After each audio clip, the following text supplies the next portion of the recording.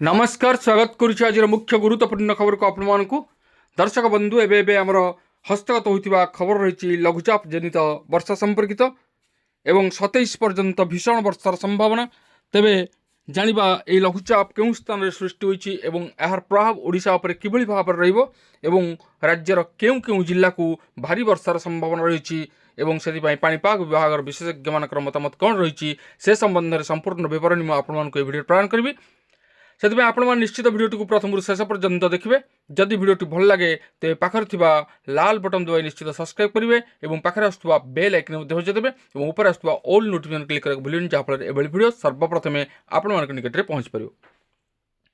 तेज आसतु जाना आज पाणीपाग संपर्कित विशेष गुरुत्वपूर्ण सूचना को राज्यर विभिन्न स्थान में जारी रही लघुचाप जनित वर्षा गतकाली सृष्टि होता लघुचाप प्रभाव में वर्षा जारी रही बेले आसंता काली आउ एक लघुचाप होबार पूर्वानुमान करिछि पाणीपाग विभाग।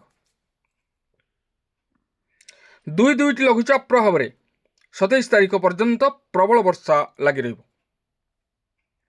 उत्तर ओडिशा और तत्संलग्न गांगे और वेस्ट बेंगल उपरे सक्रिय थिबा घूर्णिबलय प्रभाव में गांगे वेस्ट बेंगल और तार पार्श्ववर्ती अंचल में लघुचाप सृष्टि होता। आज राज्यर अनेक स्थान में वर्षा सह बिजुली घड़घड़ी वर्षा होबार संभावना रही। आज झारसुगुड़ा सुंदरगढ़ केन्दुझर और मयूरभंज जिले में प्रबल वर्षा पर येलो वार्निंग जारी करिछि पाणीपाग विभाग। एही 4 जिला समेत मोट 20 जिले में वर्षा पर सतर्क सूचना जारी करिछि पाणीपाग विभाग। आसंता कालीठू वर्षार परिमाण बढ़िबो। आसंता काली सबु जिला पर येलो वार्निंग जारी करा जायछि। सेपटे पुणी सुवर्णरेखा नदी में बन्यार आशंका। राजघाट रे विपद संकेत निकट में बन्या जल प्रवाहित।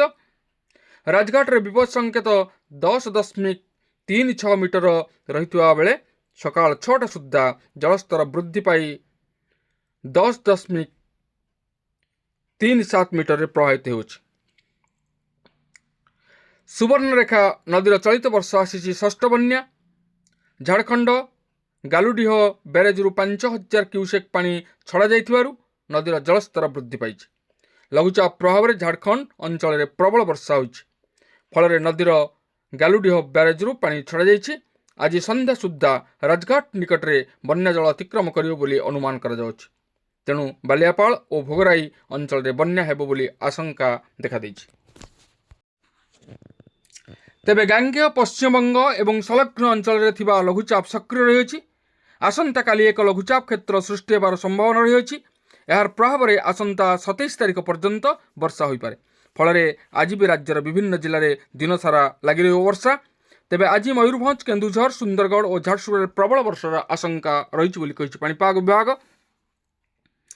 वर्षा सह यह समय घंटा प्रति 30 ରୁ 40 किलोमीटर बेगर पवन बहिबार संभावना रही।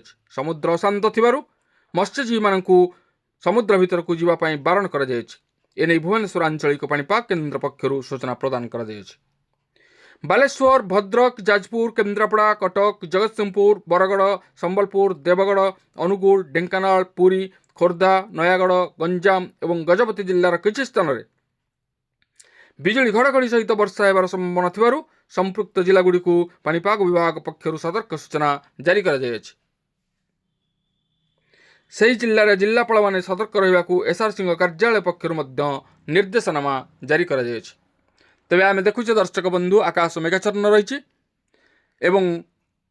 आग अपेक्षा गरम ह्रास पाई एवं विभिन्न स्थान में झिपिझिपि वर्षा लगी रही। आउ केतक स्थान में तुहाकु तुहा वर्षा लगी रही। तेबे ए थिला आजिर पाणीपाग संपर्कित एक विशेष गुरुत्वपूर्ण सूचना। आज पुणी देखा आगामी भिडियो रे। रहुछि धन्यवाद। नमस्कार।